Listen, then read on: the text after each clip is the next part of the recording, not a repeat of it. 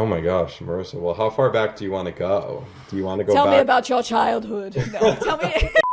Welcome back to Call Time, a Theater Pod. My name is Marisa Helene Mast, and this is the space where we can talk about it all because every role in theater matters. And this is the space where we can laugh, learn, and sometimes call out the chaos. So sign it on the sheet, because it's call time.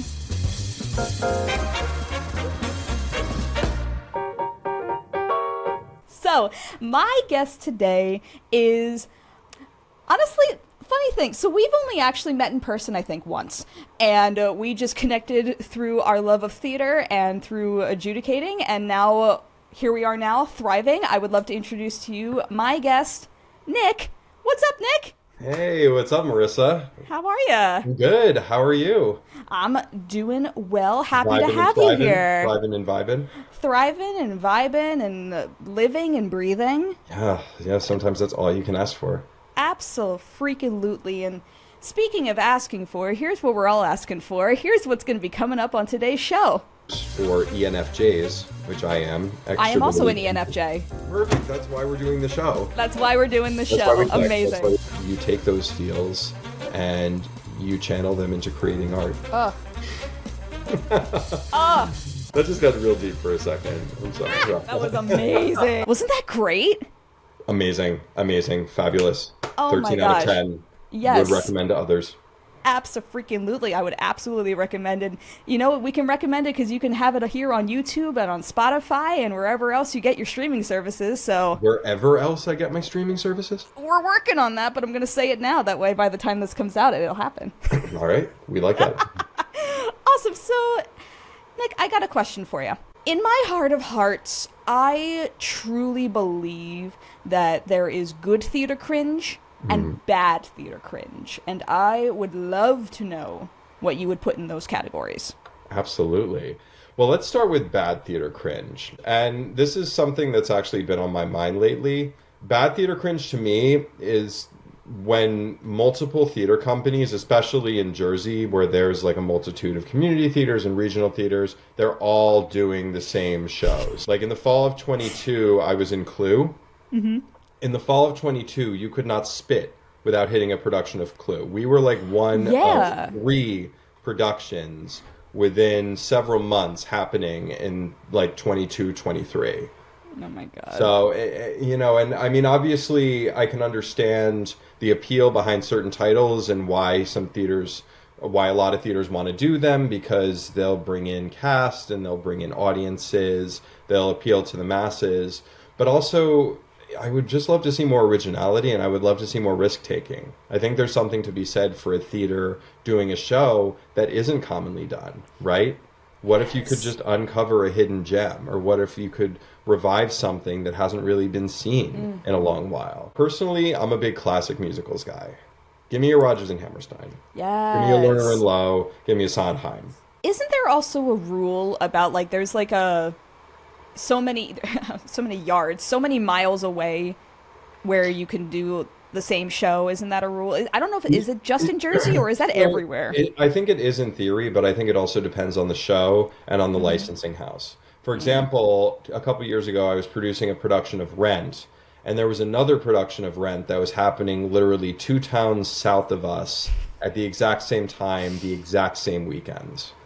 Yikes. Yeah. And also, if a professional entity has gained the rights for it, or like if a show is on tour. For example, Les Mis has been on tour for years, and you really haven't seen community theaters or regional theaters doing that as much as you would have seen like 10 years ago before it went out on tour. The school edition is still thriving, but that's the school edition. That's not like the full-blown Les Mis. That is very, very true. It's restricted if it's like a professional entity. I mean, you could even have Broadway producers that just lock down the rights for certain shows because they're planning a Broadway production within the next year or so. What's your good theater cringe, though? Good theater cringe. Okay, well, years ago, I was active in the Arts Council up in Orange County, New York, which is where I'm from. And every year at the mall in Middletown, they would do a high school arts showcase where they would go to like the middle of the mall in front of JCPenney and across from H&M, and they would set up like a student art show where students from all of the districts across Orange County would showcase their art. And they would also do a theater showcase where students from local high school drama club productions would do like kind of a Broadway on Broadway, Broadway and Bryant Park, montage of like all the shows. Cool. And I remember one year I was there, and there was this one school that was doing Guys and Dolls. And I already love where this is going. The director was there, or the music director too. I think she was the director, but she was also accompanying the cast when they were doing their numbers. I think the good cringe part of it was I saw this little gaggle of boys kind of in the corner, and they were all dressed in their little like Damon Runyon Guys and Dolls finery with like the multicolored pinstripe suits and like the bowler hats and all of that. You knew they were going to do Luck Be a Lady. And they were just like these scrawny kids. They were definitely like high school kids doing Guys and Dolls in like the most raw, pure way. And they looked so awkward in their suits. They looked so out of place in the middle of a mall in their Guys and Dolls costumes. And yet there was something inherently beautiful about it, right? Oh, yeah. That here were these kids just standing in their costumes in the middle of the mall, and what they were participating in and what they did because they were a part of something. Oh, that is very much. And I mean, they were really just living their best Guys and Dolls lives. Oh, I love it. In the suits that don't fit. They're like a little big in the shoulders. Ill-fitting suits. Yup. Oh, they were so ill-fitting. The one kid's hat was like way too big, but it was great. It was great. I feel that is honestly, when you think of, I would say like high school theater or even middle school theater, that's the picture I get in my mind. Yeah. That's the definition. And I love that you got to see that in the wild in person. It was definitely in the wild. I mean, what you're doing at that age is you're instilling passion. Yeah. I mean, there was a time when I was a kid like that. And I would put on a costume with no shame, and I would do my little song and dance in the middle of a mall because that's what I love to do. And I think as we get older, I feel like we become more inhibited, and the real world and the mundane sets in, and we become less inclined to want to do stuff like that. We lose that sense of whimsy, and we lose that sense of freedom, and we just lose that desire. I know, and that's why it makes me happy to still hear stories like the one you just did. It's such just instilling the arts so young, because it sticks with them. I mean, It stuck with me. It stuck with you. Look at us now. Look at us now. Look at us now. Theater kids at heart. Awesome. Well, thank you so much for sharing that. I really, really appreciate it. Those are definitely some good examples of good and bad theater cringe. It was super cringe. Super cringe. Yes. All right, so our topic today, we're going to talk about the creator era, which is, I think, an era that a lot of artists can relate to, especially right now. And, because we got a lot to do. We got magic to do. We're figuring it out. And what that exactly means. It all started about 1 million years ago when the first actor decided, you know what, to help pay for my bills, I'm going to become a waiter. Okay, I think about this on the daily. Yeah, and how it was Thespis. He became the first actor by stepping out of the chorus, and then immediately after doing that, he was like, I need to support myself. So he just went right to the local cafe. Yep. It was like, are you hiring? So he handed him a tray of grape leaves and said, go to town. So there you go. You got to share your tips. It's really interesting to think that we have always had to do something else to support ourselves in our artistic career. And so I started thinking about, I wonder if there's any numbers, any stats having to do with that in particular. And so I went and did a little research, pulled a couple of things together. So the median annual income from theater, specifically theater actors, is about $7,500 a year, which is not a lot. And that proportion of specifically AEA members working in any given year is about 35%. And so the rest of that, the share of theater freelancers relying on non-theater income, is 90%. I looked at these numbers and I went, because the percentage I have here of actors who are making a full-time living on performing alone ranges between 2% and 10%. And that includes acting as a whole. It's very, very small percentage, and yet you think it's bigger because we also go through the thing as artists where we compare a lot to the journeys of others. And we don't mean to, I've But struggled with sometimes that. when it's Yeah. right in our face, we can't help it. One time, I told an ex-boyfriend's aunt, because she asked me, "Oh, what do you do?" And I said, "I'm an actor." And she says, "Oh, so you're a waiter?" And I went, "No, I'm an actor." And she's like, "Right, waiter." And I was like, "Geez." And so from then on, it really, I would not take a waiter job like at all, because it bothered me for years. And so I wanted to know if you have ever been bothered by that stigma as well, in terms of like, well, if you're an artist, you're obviously working something else, so that's your real job. I mean, there were a couple instances when I was still in college and I was looking to pursue a career in performance where I told people what I wanted to do and they were like, "You got to be kidding me." I mean, they didn't say that specifically, but the reaction was something to the effect of that. Yeah, so and you've gotten the reaction of like, "Oh, so you're not really an actor. Yeah. You're not really in performance. You're really in this." Right. You know. Yeah. I mean, that's what you do for pleasure, but what do you do for profit? Right. And it's such a weird stigma too, because you think of, with all the arts and entertainment we have in the world, people wouldn't automatically assume you're doing the other. They would just want to talk about what you present. But that's also just manners. Yeah. But, but I think there's also a practicality in our society where people equate your self-worth to actually what pays the bills and what you do to actually support yourself. That is also true, because there was another conversation I had where I was looking to see how many people like are actually registered as actors on their taxes, and probably not a lot of putting that down. No. They're probably putting everything else. And so it's just so interesting to me though, because especially I don't want to be like, especially in today's society, but especially today, you see that having a separate income stream is basically the norm. It's normalized. People expect this of you. And yet when you talk about being an artist, it's tossed aside. It's like, oh, okay, well, that's, what you do for fun. But so a lot of artists will either go, work for another company, or they'll start their own business. I've seen both. I do both. I've done both. Yeah. Do you think, though, that working for another company to provide income versus self-employment provides a better sense of security but less freedom for an artistic career? I mean, it really depends on the gig. Obviously, if you're working for yourself, that provides the most freedom because you're your own boss, right? You call the shots, you set your own hours, you decide what you will pursue or what you won't pursue. But also, too, I think there's something to be said for getting a really good gig where you're working for others, like I have.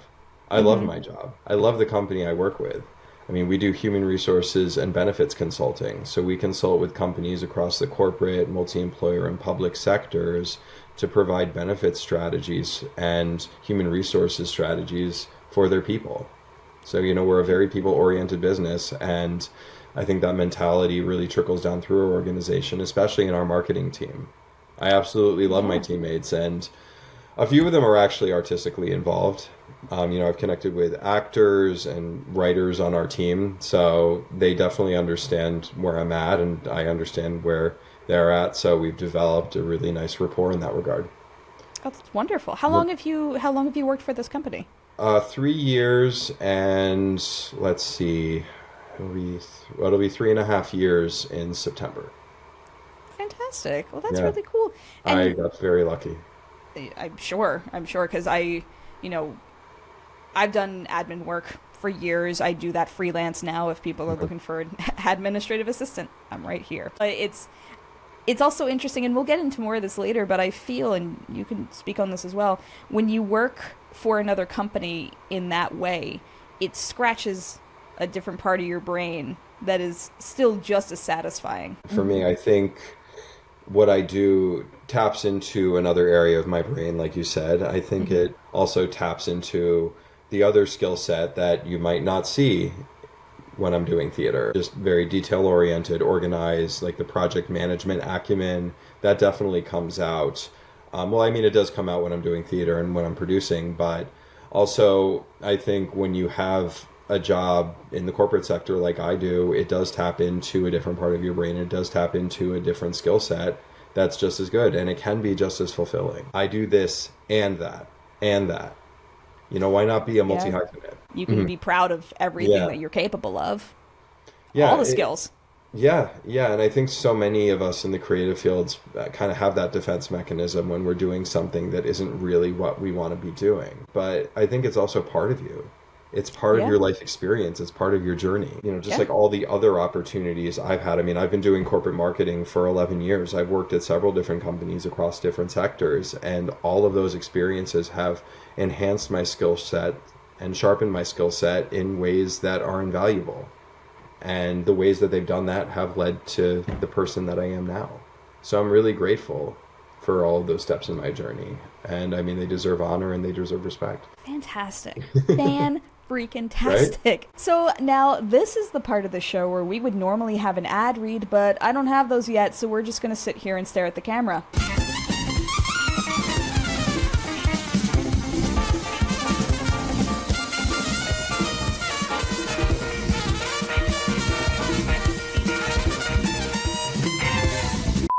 Welcome back to Call Time a Theater Pod, where every role in theater matters. I am here with Nick, and we are talking about our creator era. Everything has an era now. That is the cool thing to say. We are in our creator era. And so I want to talk to you about your era, Nick. Before we get into, because you're in your creator era now, what was the original idea you had for your path as an artist, and when did you notice it was changing? Oh my gosh, Marisa. Well, how far back do you want to go? Do you want to go Tell back? me about your childhood. No, tell me wherever you want to start. Let me take the computer into the living room where I can get on the couch. No, obviously, when I was a kid, I just wanted to be a big Broadway star by the time I was 12, so of course I had those fantasies, but life doesn't always work out that way. So I decided to, finish middle school and high school anyway, and then also go to college where I pursued a degree in theater. And before I graduated from college, the original idea, you're going to laugh, I wanted to be like this super avant-garde downtowny performance artist. So yes. Erin Finley, Marina Abramovich. Yes. So oh my God. I saw Marina Abramovich at MoMA 15 years ago. Wow. You remember when she did the Artist is Speaking, where she would just sit at that table and she would just sit across from people and you could just sit and just stare at her? Oh, yes. Yeah. I saw her. Oh my God. I saw her doing that. That was fun. Amazing. So that was originally the plan when I graduated, but eventually I realized that that's not especially lucrative. And if I wanted to make a life for myself and potentially for others and move out of my parents' house, then I had to do other things. So after college, I acted for a little bit. I was in a few shows, but then it stopped being fun and it turned into something I had to go do every night. So I was working this retail job, and I remember one night I was folding shirts after the store closed, and I just felt completely lost. It was I don't know what to do. I don't know where to go. So I ended up taking a Myers-Briggs personality test. And Marisa, the results of that described me better than I ever could. For some reason, this online test was able to nail down all of my intricacies and specificities to the point where I was like, aha, yes, that's it. And what it did is it outlined particular careers for ENFJs, which I am. I am also an ENFJ. Perfect. That's why we're doing the show. That's why we're doing the show. Amazing. That's why. And one of the careers it outlined for ENFJs was marketing.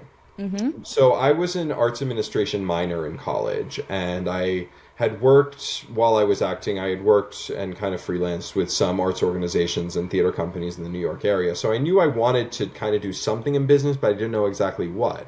So I looked at marketing, and I thought, this is a really good mesh of the creative and business acumens.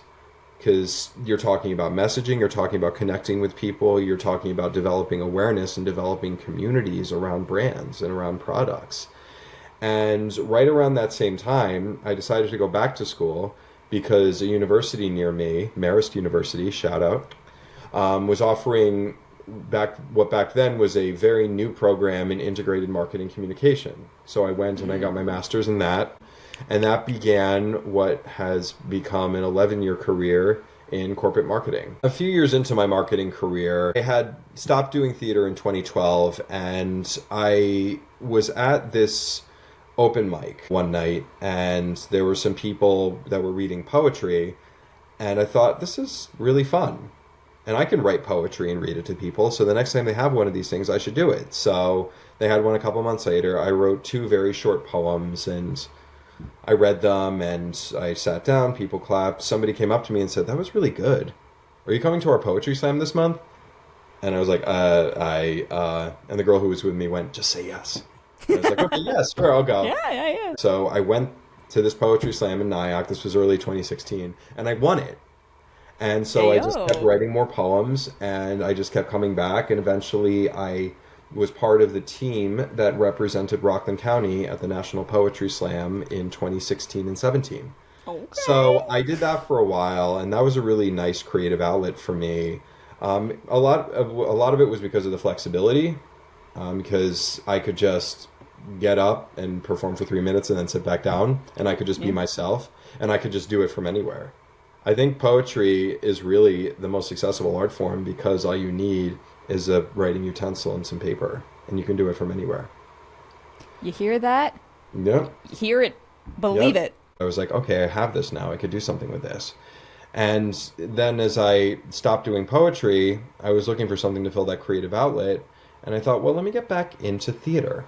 I think it's time. So this community theater near me was having auditions for the show Disgraced by Ayad Akhtar, and I auditioned and I got cast, and that was the first of 4 shows I did in 2019. So I just dove right in, and I became very active in the New York, New Jersey community theater scene.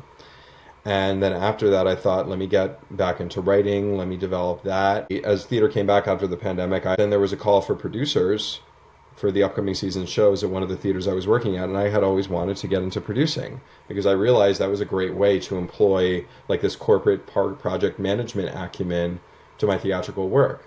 So I went right to the president of the theater and I said, I want to produce. So I ended up doing 3 shows for this one theater in 2023, and then one at another theater, and then I came back and I did another one at the first theater. So I produced a lot, but there's also a lot of creativity that goes into it. So in the commercial world, you have definitely some creative input into the show. Not so much in the community theater world, but I think there's creativity in how you manage the project and how you manage the budgets and how you work with people, how you also manage the publicity effort. It's not just cold hard business. There's a lot of creativity and there's a lot of fun that goes right into that. So I think that has definitely influenced my creator era. That's fantastic. I mean, that is a journey and a half. It is a journey. I hope that answers your question. It did. How do you genuinely define your creator era? If you tell somebody, "Oh, I'm in my creator era," like what does that actually mean to you? I'm writing. I'm looking at the world and I'm feeling a certain way about it, and I'm creating art based on how I'm feeling. And I mean, I'm deep in my feels about something. It's making me see things differently. It's making me question things. It's kind of like a rock, and you're just recognizing all of these truths, and it really hits you in your feels. And I think being in the creator era means you take those feels and you channel them into creating art. In others' definitions of creator era, a lot of people think of, social media and creating, I don't know, let's say podcast or something like that. I don't know. YouTube channel. Podcast on a YouTube channel. But do you think that social media has been a huge influence in what a creator era could mean person to person? I mean, I think social media gave way to what a creator is. When you frame that question to me, I thought back to 2006 when Time magazine named you as the person of the year. You remember that? Yes, I do, actually. Yep. The cover of the magazine had, I think it was like a computer, and there was like a mirror in the computer where you would see yourself, and in the bold letters it just said you. And I think that was really the heralding into the creator era, because in 2006, I mean, you had MySpace, you had YouTube, you had Facebook, which was still kind of in its infancy, but it was starting to veer away from college campuses into high schools. And people all of a sudden had agency over their own expression. Yeah. They could define the messaging they could put out in the world, and they could really form their own personas in the digital space. It was just a real paradigm shift for the way we interacted with each other and the way we presented ourselves and our ideas. So in that way, it absolutely gave way to what we now know as the creator era, by virtue of the fact that we were, creating ideas, we were creating conversations and interactions and relationships in this new space. You said it so well, it's like it gave way. But now that we have basically social media and things like this at our fingertips, there are kids that don't even know what life was like without this. Do you think that the title of creator is more or less oversaturated now? I think anybody can call themselves a creator by virtue of the fact that they're making something out of nothing. But then the question is, what are they creating? Right. What conversation are they starting and possibly contributing to? Is there substance to it? What are they saying that is really considered part of this like larger zeitgeist, or is it something new? Is it just noise? But then what is noise? I think that might be completely subjective. What you and I might see as a mindless post may be someone else's idea of substance. I think there's a lot of subjectivity to what we call a creator and what we call substantial. Yeah, and a lot of this comes from the access that we have to just do things independently. And I want to use this as a nifty little segue into talking about self-producing, because a lot of that, whether it be for a physical media, an artistic medium, all of that, we have the technology. Yes. We can create. Yes. Let's talk a little bit about self-producing. And obviously, when you have that kind of power, you can either use that power for good or you can use that power for ego. And I would love to know, what are your pros and cons that you see when it comes to self-producing? Well, I think one of the cons is that with self-producing, if you have the money, you can put up whatever you want, right? That's true. That is you can do a lot with money, and that's what my creative partner and I are learning right now. I think a pro of that is that if you're able to produce your own show, that can open a lot of doors for you. And I'm talking specifically within like the New York commercial theater scene. You don't need the New York commercial theater scene to produce a show, though. You can do it anywhere. And I think that's a pro of it, because you don't really need big budgets to make your own show. You can engage your community to find affordable spaces and pay people within your budget, a certain way if they're amenable to that. The biggest con I would say is that it's hard, Marisa. It is hard. Yeah. Especially like if you're talking the commercial theater scene, just looking on Broadway right now, I think there is a real aversion to risk next season. You only have like 2 or 3 new musicals that are slated to come in, and the rest are revivals. Yeah. That's why there are so many revivals, because producers would rather put their money into something that's tried and true other than something that's like brand new, because how likely is it that you'll find the next Hadestown or Hamilton? Yeah. It's possible. They might be out there, but they have to be found. Yeah, and I think that also it's both sides of pressure, because you as producer put risk into whatever you're producing, and you really want to give that as much of an opportunity as you can. But then you as the creator, it can be disheartening to be like, well, it's not Hadestown, so I guess why try? Right. And so when it comes to your tools to create something, that it doesn't necessarily have to be up to the same standards as Hadestown, but you have to build with it. That's what that's why you have to build, and you have to keep building. You just have to do the thing. To be a creator means you have this drive. Yeah, you have that heart. passion. Absolutely. You have this like luminescent spark in your soul that just cannot be extinguished. Yeah. Yes, exactly. It will never be extinguished. Never. Yeah. Or dimmed, but never extinguished. Very, very true. Very eloquently said. I love that. Mm-hmm. So something you once told me is that, as a writer, you have your tools, you have your thought, but you said that you've used, dare I say, you've used ChatGPT as a tool.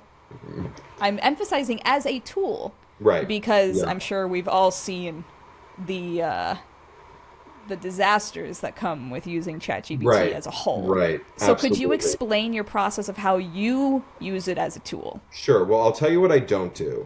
What Please. I don't do is put my prompt in there and have it spit out a play and then just copy and paste what it's written into my own script and then put my name on it and send it out. I don't do that. Plagiarism. Yeah, you think? A little? Because that's not my voice. And I know who I am as an artist, and I know how I express myself, and I know my voice. So ChatGPT cannot replicate that.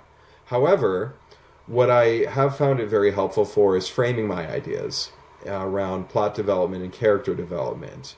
When I have an idea that's kind of nebulous and I don't really have the words for what I'm thinking, but I'm thinking something, I'll put it in ChatGPT and then it'll converse back to me and it'll say something. And I'm like, oh, that's really interesting. Let's explore that. And so we go down that avenue, and then it says something else that's interesting. We go down that avenue and that avenue. I will say that as a tool, it's kind of like having a writing partner there. And I think, and this has been discussed in various forums with theater artists, is that there's a danger with AI and ChatGPT just being a yes man. And you can just put in whatever and it'll say, Nick, that's brilliant. Oh, Nick, that's amazing. That's amazing. Yada, yada. I found that if you ask it to be brutally honest, it will be brutally honest. Oh, yeah. And it may or may not be on point with what you're thinking and feeling and what you agree with, but it definitely has the power to not be a yes man all the time. Mm-hmm. But, I will say for me, it has helped me articulate my ideas in a different way. It's helped me see my ideas in a new light, and it's really helped me understand how my ideas can be profound and impactful and what they can touch upon. And it's also helpful, like if I have just certain questions, like if I'm finding loopholes in plot development and character development, I'll just bounce it off and, we can work something out there. So it's been incredibly helpful for me in that regard. And I'd be remiss if I would think that other writers wouldn't think of it in that same way. Yeah. I'm sure there are writers that say, no AI, not at all, no. But I mean, we are in the age of AI, and I think if we use it the right way so as to avoid another Terminator situation, it can be helpful to us. Yeah, because if you use it the way you were, like, as a planning tool and just, like, soundboarding, right? Nothing wrong with that. You're also, not... What was it somebody once said to me? You're not giving AI all the ideas, that way it's going to give it to somebody else in their next prompt. Yeah. You're just doing what you can to help yourself along, and then you take that away and you... But I mean, that is very interesting, and that's something a friend mentioned to me, is that are you afraid that AI is going to take your ideas and give them to somebody else? But I think there's definitely more to a written work than just the idea. I mean, the execution is not just the idea, it's the character development, it's the plot development, it's the story, it's how you construct the dialogue. Yes. And as a writer, I pride myself in the way I write my dialogue. Right, exactly. It's, it's that authenticity that comes through, and this always makes me think of David Lynch, who is, one of my heroes by far, and he had a whole thing about how ideas are like fish. So ideas are like fish, and you don't make the fish, you catch the fish. You desiring an idea is like putting a bait on a hook and lowering it into the water. And at first it's very abstract, I don't have a clue. More pieces come, more ideas are caught, it starts forming a thing, and then one day there it is. So there is, in a way, there's no original ideas. It's just the ideas that you caught. The thing is to be true to the idea. Also, too, Marisa, we're human beings. Writing a play is about interactions between human beings, and there are a lot of nuances and specificities and intricacies to human interaction that AI just doesn't get. Like, AI doesn't really understand the rhythms and the tempos of human interaction. Have you found that when you use it, that it sometimes leans towards a voice that is more marketable in a way? Like it tries to be like, oh, well, this is how a good show sounds. Yeah. I definitely see that. And that's Does that what I'm ever saying, surprise you? It leans in a direction that's a little cliche and a little trite, and I'm like, no, like this is like the Hallmark Christmas movie version of what I really want to write. So with all of this and being a self-producer and working on your own pieces and doing with them, you know, what you will to have them seen, do you think that the role of producer is really genuinely not understood in its definition, mostly due to Hollywood tropes, and therefore it can be done incorrectly by those who think they know what they're doing? Yeah, I mean, we're talking about theatrical producers too, so Yeah. I've read that to be a successful producer, you have to be equal parts banker, cheerleader, and firefighter. And that's definitely true. And Yeah. I feel like those who don't understand what a producer does don't understand that it's comprised of all three of those parts. So I think maybe they think that it's mostly financial and you're really rich and you just throw a lot of money. I mean, you're basically the CEO of the production. You know, not only do they bankroll the production, but they have their hands in all the other aspects. They're working with like the general manager and like the press agents. I mean, they have a say in the casting decisions. They're freelancing with, they're not freelancing, but they're connecting with agents and managers. They're basically the glue that really holds all the production together. So Mel Brooks as the producer is not accurate? It's not totally inaccurate. It's more a satire. Exactly. I mean, it's like, you know, one thing I remember about Nathan Lane is when he said, rule number 1, never put your own money in the show. Rule number 2, never put your own money in the show. Because there's a risk to that. You know, there's definitely a risk to that. So these producers, I mean, they have like these angel investors and, you know, they're going to the writers and the representatives to like find the script and like produce it and find other people that are willing to bankroll it. So it's not just having a deep respect for the show itself, but it's really understanding the business. And the real objective is to recoup. It's to start to turn a profit. And I think a lot of people on the outside of that, they don't necessarily understand how much work really goes into stuff like this. Yeah. Because I think of plenty of shows that have closed due to lack of funds or due to other issues, and they're like, oh, well, we blame the producer, they did a really bad job. It's not even necessarily that. No. Yeah. Sometimes it is, but it also most of the time isn't, you know? Yeah.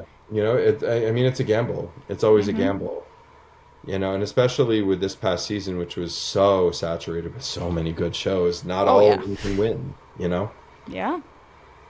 You know, there were shows that lasted only a few months because they couldn't hang with the likes of other shows. But you roll the dice anyway because that's just a risk. That's just the volatility of the market.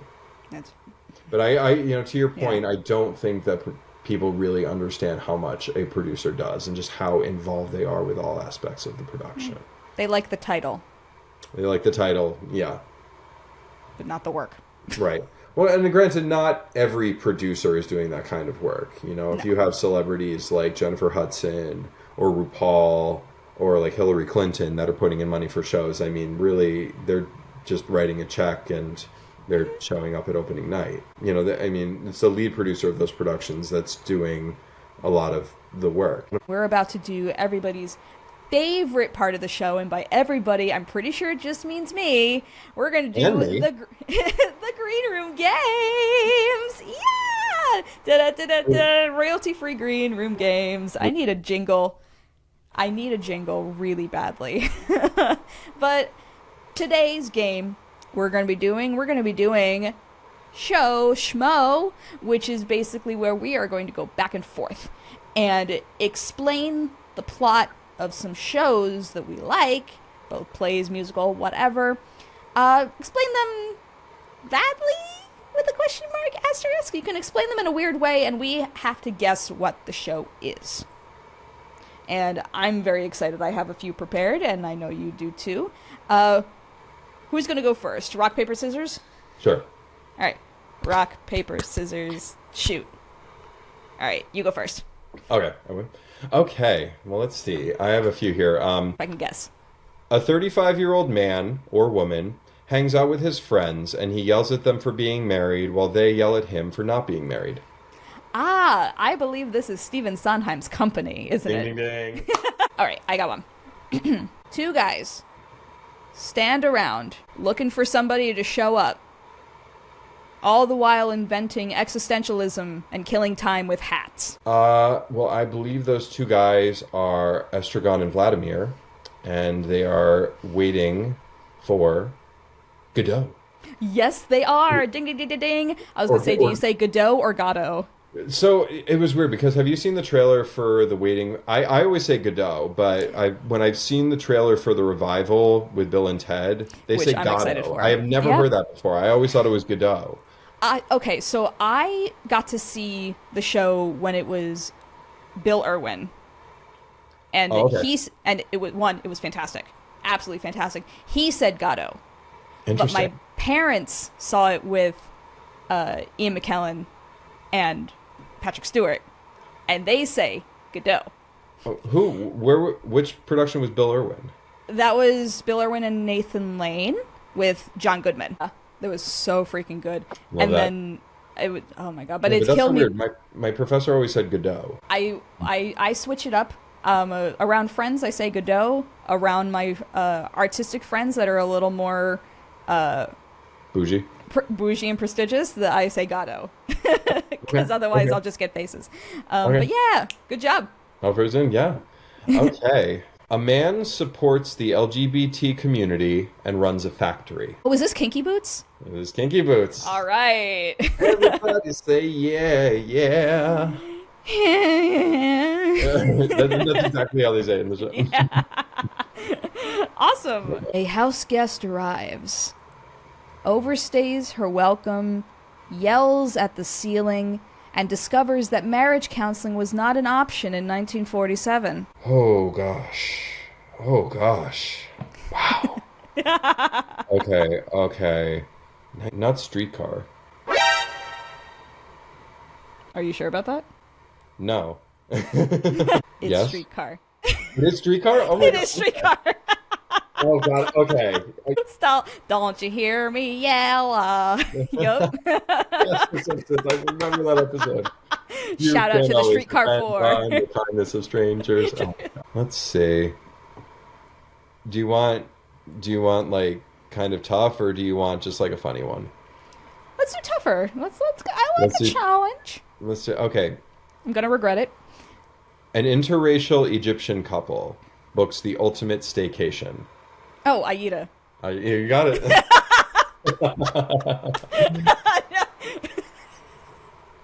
Well Aida dropped. I love that. Yeah, we need a revival of that. We do. We really do. It's time. It is time. It's been 25 years. And I want Jasmine Amy Rogers as Aida. Yeah. Please. Who could be Radamese? You know who I want as Ramses? I want Lena Hall. I think that would be... Do it. I want Lena Hall in everything, though. One more for you. Yeah. Awesome. Okay. All right. A charming man climbs the family tree with a smile and a body count, proving murder is just networking in period costumes. It's all a gentleman's guide to love and murder. Ding, ding, ding. Love yes, that show. absolutely. Love that I show. love that show. I saw it twice. It's one of my favorites to this day. I saw it on Broadway. I saw the original cast. So good. So good, right? Yeah. Dream. One of my dream shows to do. Dream roles, dream shows, the entirety. It'll happen. I feel it. Did you get to see when they did it? It was over the shutdown when they did the AAPI benefit for Gentleman's Guide. No, I didn't. Oh my gosh, I'm gonna have to find it and send it to you. It was so freaking good. Yeah. Because they had Ali DeWalt as Phoebe. Ooh. And I was blown away. Everyone in that cast was amazing, but she is just incredible. It was so freaking good. Highly recommended. I have one more, actually. Everyone gets laid except Mark. Rent. Yeah. Rent, of course. Or Mark. Amazing. Oh, Mark. He just wears... He's got his scarf and he's got his camera. It's fine. Yep, and sweater. It's fine. Yep. Amazing. Well, thank you so much for playing the Green Room Games. Yeah, we loved it. Fabulous. Love it. Fantastic. Well, now that we've played a little game, it's time to turn to you, the audience, for talkback time, which is where I put out a question on our social media pages. For instance, our Instagram, which is at calltimetheatrepod. Our TikTok, which is calltimetheatrepod. There are dots in between. And our Facebook page, calltimetheatrepod, as well as our Patreon, where you can get early access to this question if you join any of the tiers on our Patreon, which is calltimetheatrepod. Everything else is going to be in the description below. I posed the question, do you genuinely enjoy working in another field outside of your artistic career, and why? Before we begin, Nick, what are your thoughts on this? I have loved many experiences that I've had outside of theater because I think it enhances my understanding and appreciation of the world around me. And I think in that way, it enhances the scope of what I can create and what I can express as an artist. Just because I have these different life experiences to draw from now, and I can channel that into my art, and I can channel that into my expression. So I think there's a lot of value to doing other things outside of theater. And I've always been of the thought, like, the more you know, the more you work. The more you know.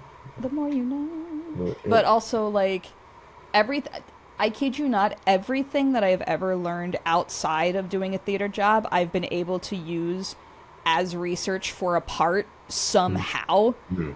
And everyone's like, oh, you're method. I'm like, no, I'm not method. This is just life for me. Yeah, it's life. It's acting truthfully. Yes, exactly. So now to turn to our lovely audience, our first response here says, yes and no. Not as fulfilling, but my legal degree can work many places. Well, I mean, yeah, I think that's a big part of it. If you have a degree in something else besides art, of course that's going to take you other places, and you can, use both sides of your brain really easily that way. Yeah, and I mean, my theater degree has definitely given value to me in a lot of other areas, especially when I was in business. I mean, there's a lot of value in a theater degree. I mean, it teaches you to problem solve, it teaches you to manage projects, it teaches you to be uncomfortable and to interface with different kinds of people and personalities. I mean, public speaking too, of course. Yeah. But, I mean, there's so much creativity that comes out of studying theater that can be applicable across a multitude of fields. I have another response here that says, my artistic career is draining. My regular job is draining. But I know I'm actually making an impact. It's very, very true as well. I mean... Do the thing. Do the thing? Whatever you do. Work is going to be draining. I hope it's just a good drain. Where you can feel invigorated the next day and be like, all right, ready to do it again. Because, with draining, I think there's still that feeling of yearning that you can't shake, Yeah. Maybe you've had an exhausting day, or maybe you're in kind of a rut, but you're never going to stop yearning for that greater thing, whatever that might be for you. Yes. Oh, beautifully put. Another response I have here is, yes, all caps. It's nice to activate a different part of my brain and give the creative side a break at times. Yeah, that way you're conserving energy for when you want to actually use that creative brain for what it needs to be creative for. A response I have here is, I drive as a survival job. Guys I work with are cool, but genuinely enjoy? Hell nah. Fair enough. I mean, I want to talk about the phrase survival job for a moment, because I know that obviously that applies to many people, but I mean, it's person to person. But do you consider your non-artistic job to be a survival job? Well, what do we mean by survival? Just giving us money so we can live to work? Mm-hmm. Or, I mean, is survival more a spiritual concept? do we survive because of how we define ourselves and how we feed ourselves spiritually outside of what we do for money? Yes. Because for me, theater is survival. Art and creativity is survival. My job pays me money. It pays the bills, and it gives me benefits and security. But survival to me is rooted in expression. It's rooted in art. And if I can't have that, then I don't know how I'll survive. Ugh. That just got real deep for a second. I'm sorry. Yeah. That was amazing. That was an incredible answer. Yeah. Oh my gosh, I love that a lot. Thanks so much to everyone who participated on our social media pages. Feel free to let me know your thoughts in the comments below, because your voice matters in this conversation. Doesn't matter if it's a hot take, cold take, lukewarm, burning the inside of your mouth. I want to hear it. Let me know. We're all in this together. Okay, Yeah. we're at this point. We're getting towards the end of this, which is crazy. I Time know, is my a God. social construct and flying by. But before we go, Nick, I want to give you a moment to take the stage. What's going on with you recently? Is there any place where we can find you? Anything you're working on? Sure, absolutely. Well, you can find me on Instagram at nick.nappo. I am working on a musical called Soundwall right now.